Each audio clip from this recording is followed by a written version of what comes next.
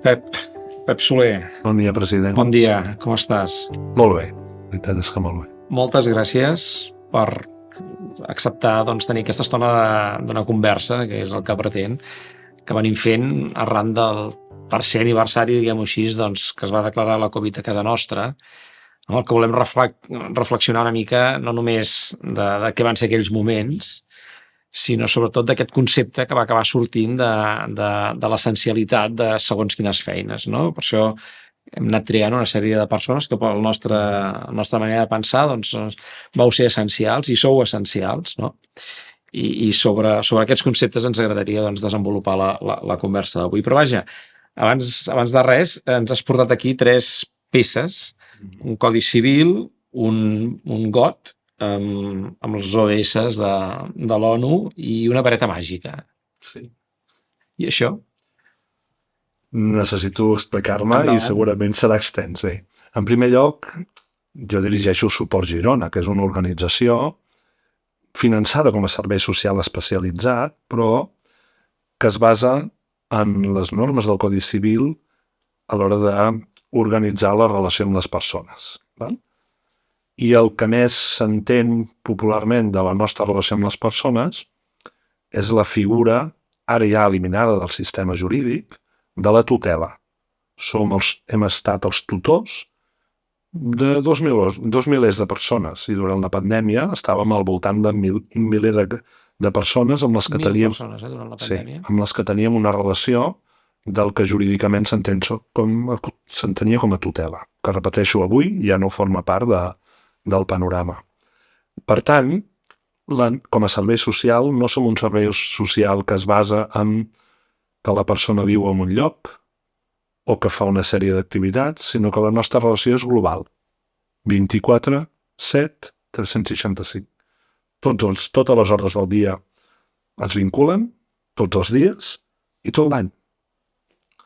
En molts casos, arribem a la vida de les persones perquè tenen un problema de salut mental, de discapacitat intel·lectual, envelleixen amb algun problema cognitiu o els hi passen coses que no sabríem classificar, però que no els deixen poder gestionar les seves relacions jurídiques i les seves decisions sols. I a més hi som, normalment, quan no hi ha família o la família no pot, o no vol, o el jutge els aparta perquè no convé que es cuidin d'aquest suport. Amb la qual cosa ja estem parlant d'un univers de persones que tendeix a l'exclusió social i molts d'ells a l'exclusió social més severa. Val? Però quan el Codi Civil vigent en el moment de la pandèmia, si haguéssim de resumir què ens demanava fer amb les persones, i aquell aforisme de el que faria un bon pare de família. Val? Per tant, no hi ha espai de la vida de la persona que no ens vinculi. Tot. Com s'alimentarà, què farà durant el dia, on viurà, com cobrirem les seves necessitats més bàsiques. El GOT amb els ODS té a veure amb que nosaltres des de fa 8-10 anys vam descobrir que el Codi Civil, tal com estava configurat, no responia als estàndards de drets humans i que calia treballar d'una altra manera. Avui, com he dit, ja no hi ha tutela i és perquè s'ha aplicat un tractat de drets humans que és la Convenció Internacional sobre els drets de les persones amb discapacitat. ODS i drets humans estan íntimament connectats. Però és que, a més, durant la pandèmia, algunes de les prioritats dels ODS van ser la nostra guia. Eliminar la pobresa. El 70% de la gent que avui ens hem d'ocupar no arriba al nivell de renda mínima de suficiència de Catalunya. Són pobres. Eliminar la fam i havíem de pensar en com moltes persones es proveirien de menjar i menjarien. I alhora havíem de pensar que participessin de forma igual dels serveis generals com el de la salut. I malauradament va haver-hi una tendència, sobretot a les primeres setmanes, potser incentivada per algunes decisions de governs d'altres llocs de l'Estat, d'excloure de la màxima intensitat de suport sanitari disponible algunes persones, però com considerant que no valia la pena destinar-hi tots els esforços, no? I aquelles decisions de no derivar cap a hospitals a persones molt grans o persones amb segons quin tipus de discapacitat, ho sento, però nosaltres no les podíem compartir. I a més, moltes d'elles es basaven en criteris adoptats per gent sense la qualificació per fer-ho, que no són ningú per decidir si agafés el Covid en aquells moments, havia de ser derivat a un hospital o no.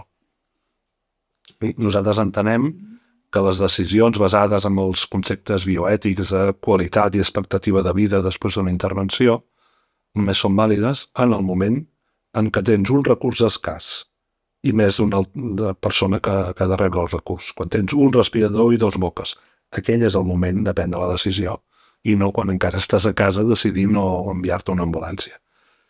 Doncs bé, els ODS i els drets humans són una mica la nostra guia. I la tercera peça, la vareta màgica, té a veure amb que des de sempre, des del primer moment en què vaig començar a treballar a la fundació i vam començar a tenir els primers casos, per molta gent que un jutge ens hagués designat com a tutors d'algú, gairebé significava que ho arreglaríem tot i de cop. Com si la sentència judicial fos una vareta màgica. I que amb aquesta vareta tocaríem màgicament el cap d'algú i de seguida aquella persona que tenia tot un seguit de circumstàncies de salut mental que la posaven en situació de conflicte amb els altres, deixaria d'haver-hi conflicte, resoldríem totes les seves necessitats, la persona tindria recursos suficients per fer front a les seves necessitats bàsiques i cobrir despeses, etc. I això no passa. La nostra funció no es basa en la màgia, sinó que es basa en la feina. Una feina molt intensa, dintre de tots els serveis socials, que tothom segur que fa molt bona feina, o tota la que pot. Nosaltres estem en un extrem, ens dediquem a una població extremament exclosa, amb moltes circumstàncies i problemàtiques al voltant, i alhora estem acostumats que se'ns diu que com que nosaltres hi som, ja ens espavilarem. Afortunadament, amb el temps hem anat guanyant aliances amb serveis socials bàsics o especialitzats o molts altres col·lectius, però sovint ens hem trobat sols. I amb la gent més exclosa, més sols encara. D'aquí que a vegades hagués d'explicar, molt sovint he hagut d'explicar, de fet està bastant gastada, aquesta vareta màgica, aquell paper del jutjat no és una vareta màgica i sols no resoldrem màgicament les situacions que ens preocupen, sinó que hem de treballar-hi molt. I quan més hi som, quan més aliances fem al voltant de cada cas, més fàcil és resoldre. Recapacitant, és a dir, vosaltres actueu com en suplència d'un bon pare de família, sí. Tu ara hi deies també amb una dedicació absolutament plena, amb un col·lectiu d'una gran dificultat a l'hora d'emparar-lo i de tenir-lo en compte. I esclar, això vol dir que esteu molt a sobre d'aquestes persones. Per tant, arriba un moment amb la pandèmia, aquell famós dijous-divendres, que l'ordre és tothom a casa, i per tant, per una entitat com la vostra, això és un canvi absolut de paradigma. Absolut. Aquell cap de setmana les trucades i videotrucades van ser, jo crec que totes les hores del dia van estar l'equip directiu i molts satèl·lits o organitzacions i persones al nostre voltant pensant en resoldre coses molt senzilles i molt bàsiques.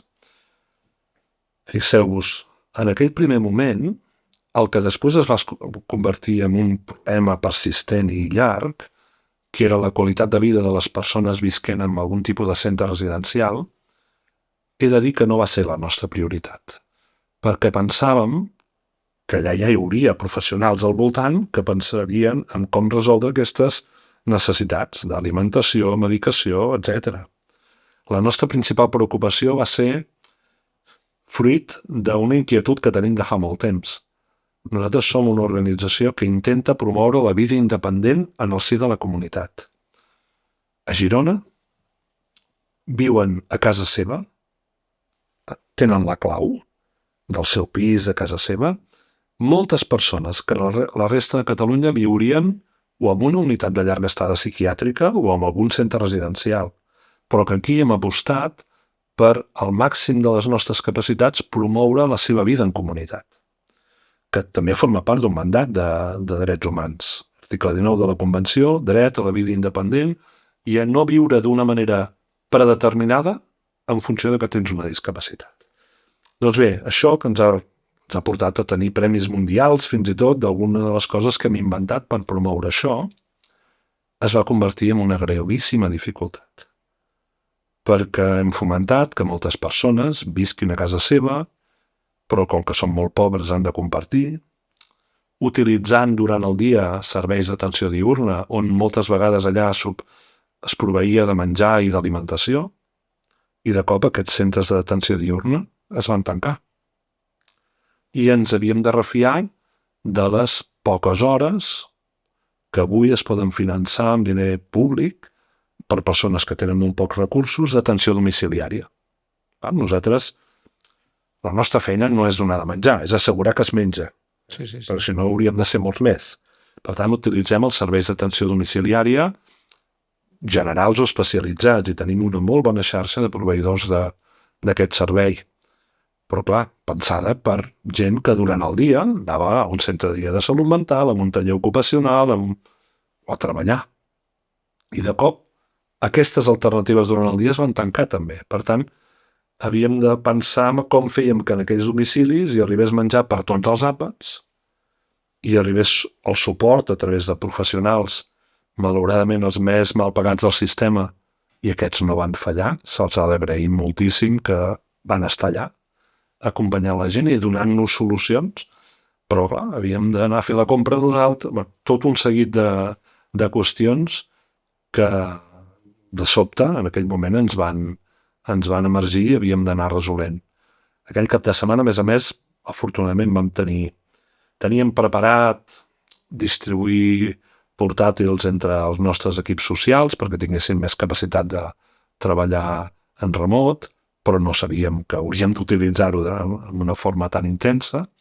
Es van fer connexions remotes segures per tots els professionals i ja dilluns tothom es podia connectar. Però bé, vam haver de córrer molt per pensar en això. Després, amb el temps, l'espai residencial va anar emergint com a espai on no es podien garantir ni la millor qualitat de vida ni algunes vegades els drets més bàsics de les persones.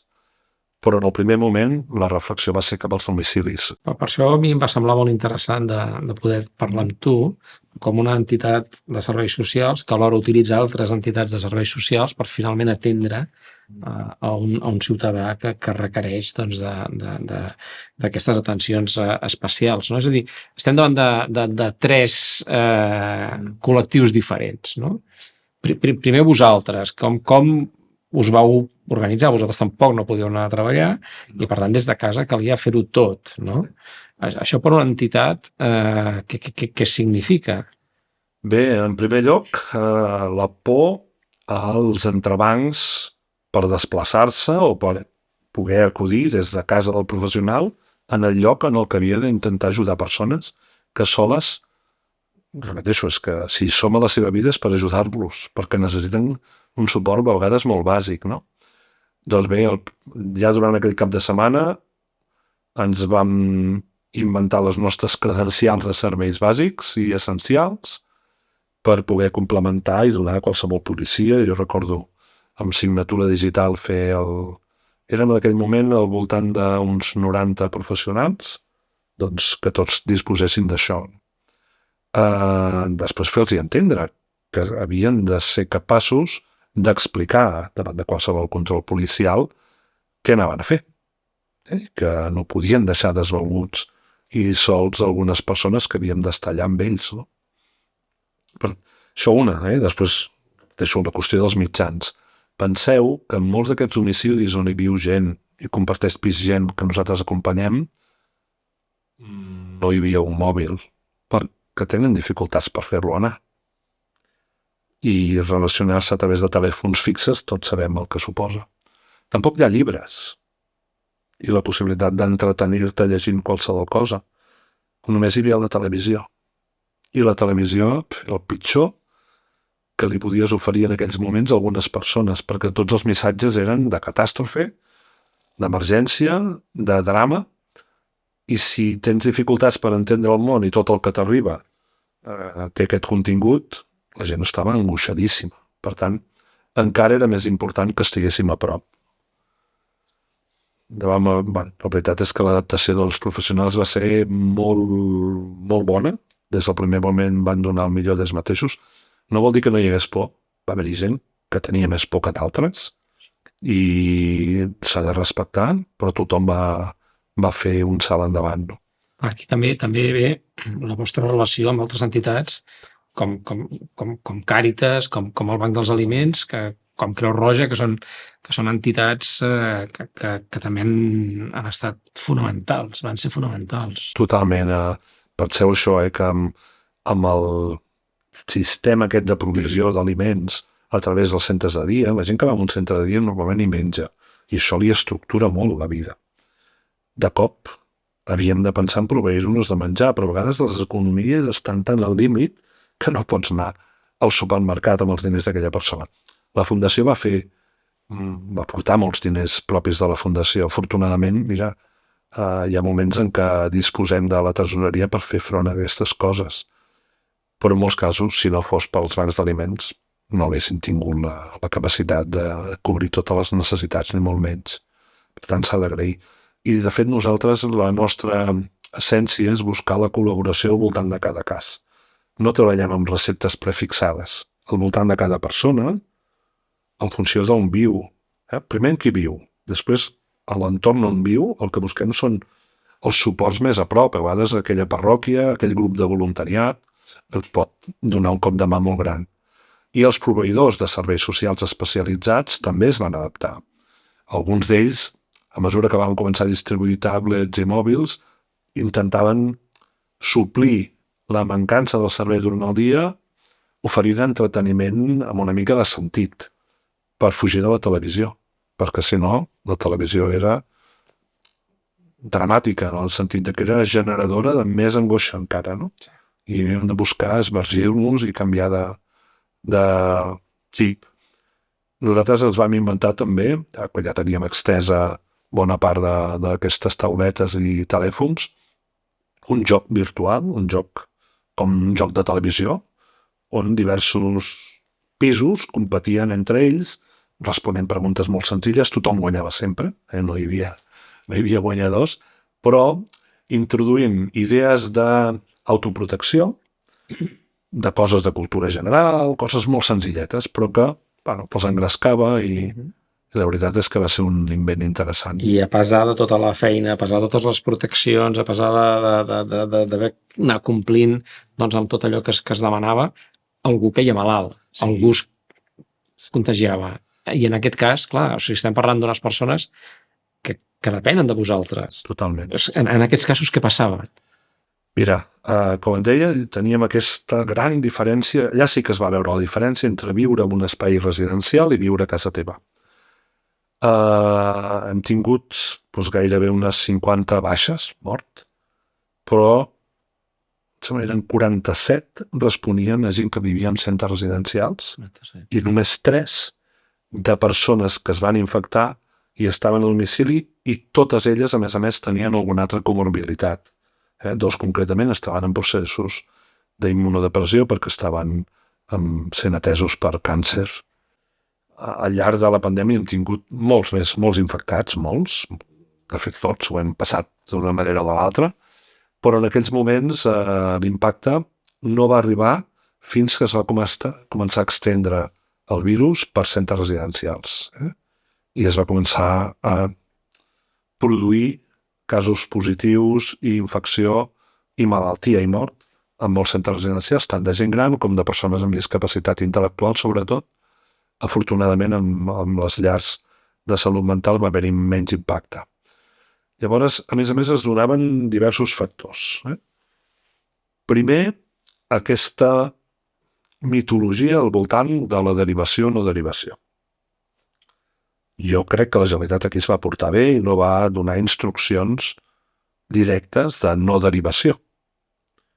Però pel que sigui, va córrer la idea de que algunes persones, per la seva feblesa, per l'estat de salut, per l'edat, que no mereixien tota la intensitat possible del sistema sanitari.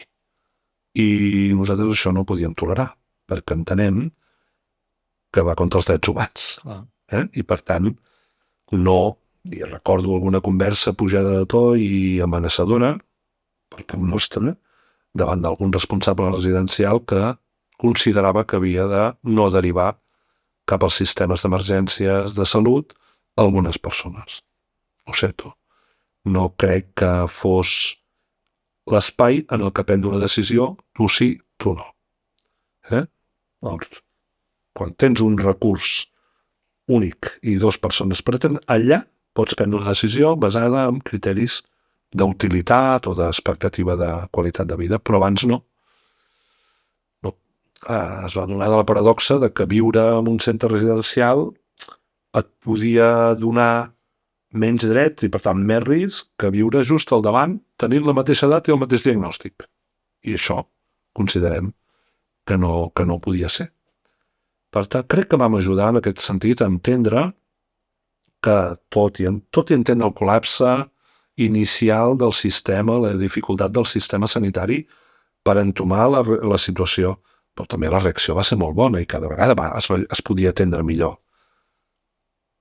Però, repeteixo, hi ha una sèrie de qüestions essencials. No hi ha una vida més digna que una altra i això, si algú havia de dir-ho, creiem que érem nosaltres i ho vam poder fer. Recordo una connexió amb la Catalina de Bandes, que era la relatora de drets de persones amb discapacitat de Nacions Unides, que just al desembre del 19 va emetre un informe sobre alguns biaixos de la bioètica que acaben buscant aquest utilitarisme, acaben dient que hi ha vides que potser no tenen la dignitat d'altres a l'hora de rebre els serveis disponibles, no? I deixa molt clar aquestes qüestions. Per tant, ens va anar molt bé per reforçar una mica el paper de la nostra gent, dels nostres companys, com a garants de drets. En la mesura que puguem, hem de ser els garants dels drets. Podem entendre que hi ha un règim que afecta el conjunt d'un espai residencial, marcat per unes normes que han de ser, ho entenc, estrictes, però nosaltres hem de vetllar perquè a ningú se li apliquin uns sistemes de vida més restrictius als seus drets. Segur que avui, amb l'aprenentatge que tots tenim, ho faríem diferent, però tenir aquesta veu, que t'ho recorda en cada moment, jo estic convençut que vam ajudar, no?, a donar aquesta perspectiva. Després, amb el temps, es van produir situacions molt dramàtiques, de gent que veies que passaven les setmanes i que no podia sortir d'aquell espai quan, per la seva situació, necessitaven interacció, espai lliure. Repeteixo que estem parlant de persones amb moltes dificultats per assumir i interioritzar aquestes restriccions, no? I que les restriccions de mobilitat o d'ús de l'espai lliure els fan sentir molt malament. I l'angoixa no la poden processar com altres, sinó que a vegades generen conflictes al seu voltant, batalles i situacions que després podem dir és un trastorn del comportament. No, és una reacció en funció de la seva situació a un entorn hostil. No? Un exemple extrem de coses, perquè veiéssim els conflictes, no? En un espai residencial d'alta intensitat per persones amb discapacitat intel·lectual es va haver de fer una derivació a l'hospital d'una persona amb una discapacitat i necessitat de suport molt intens. Estava infectat i s'estava ofegant. I on va anar? Doncs en una planta de persones infectades, no ben bé a la UCI. Potser allà ho haguéssim tingut resolt. Aquest noi, jove, resulta que s'arrencava les vies del suero i de la medicació, perquè per la seva situació de discapacitat li fa nosa, no podem estar en el seu cap per saber què percep. Clar, no podies tenir lligat una persona totes les hores, només, perquè és una persona també que amb presència d'algú i contacte humà no té aquestes conductes.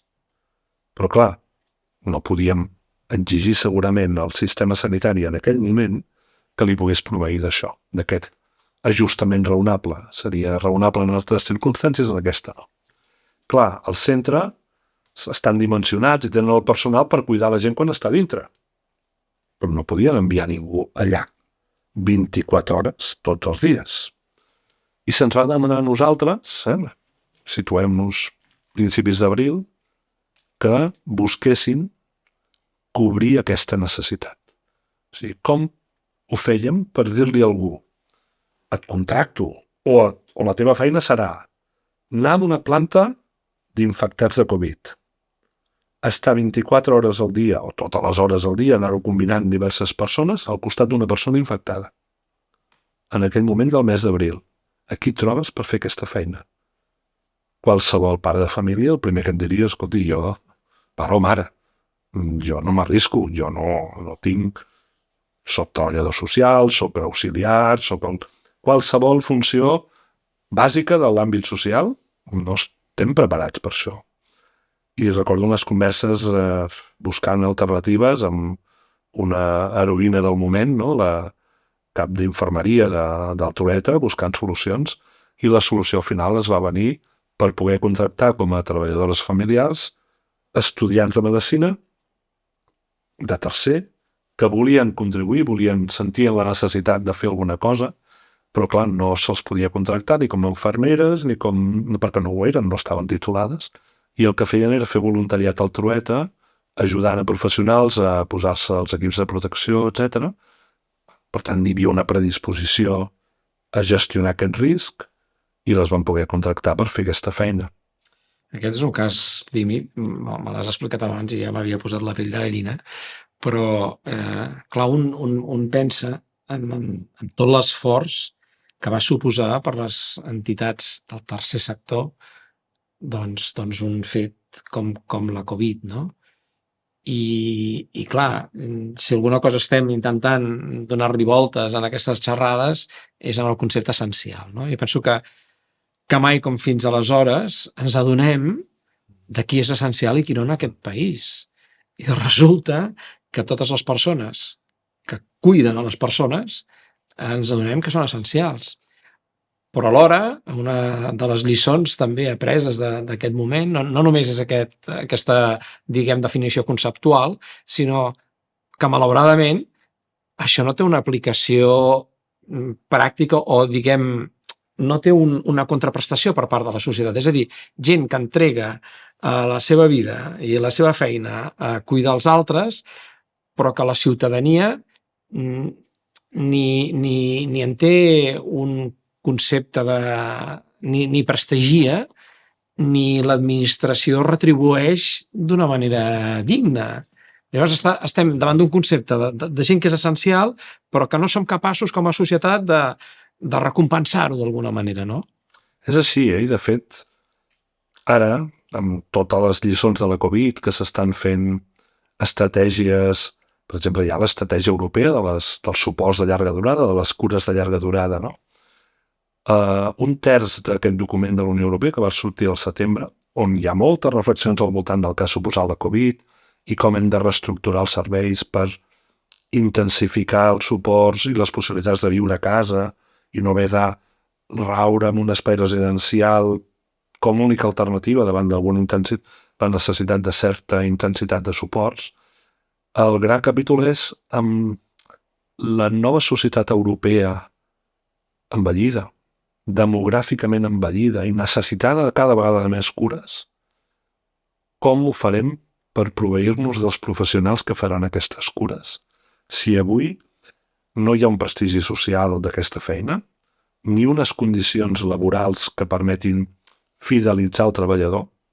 El treballador i treballadora, la gent a vegades fa això com per sortir del pas, però la que pot busca feines potser aparentment igual de precàries, però amb menys intensitat de càrrega emocional. Perquè, clar, cuidar-nos és relacionar-nos, i al voltant de les relacions humanes és quan es generen les pors, les angoixes, no?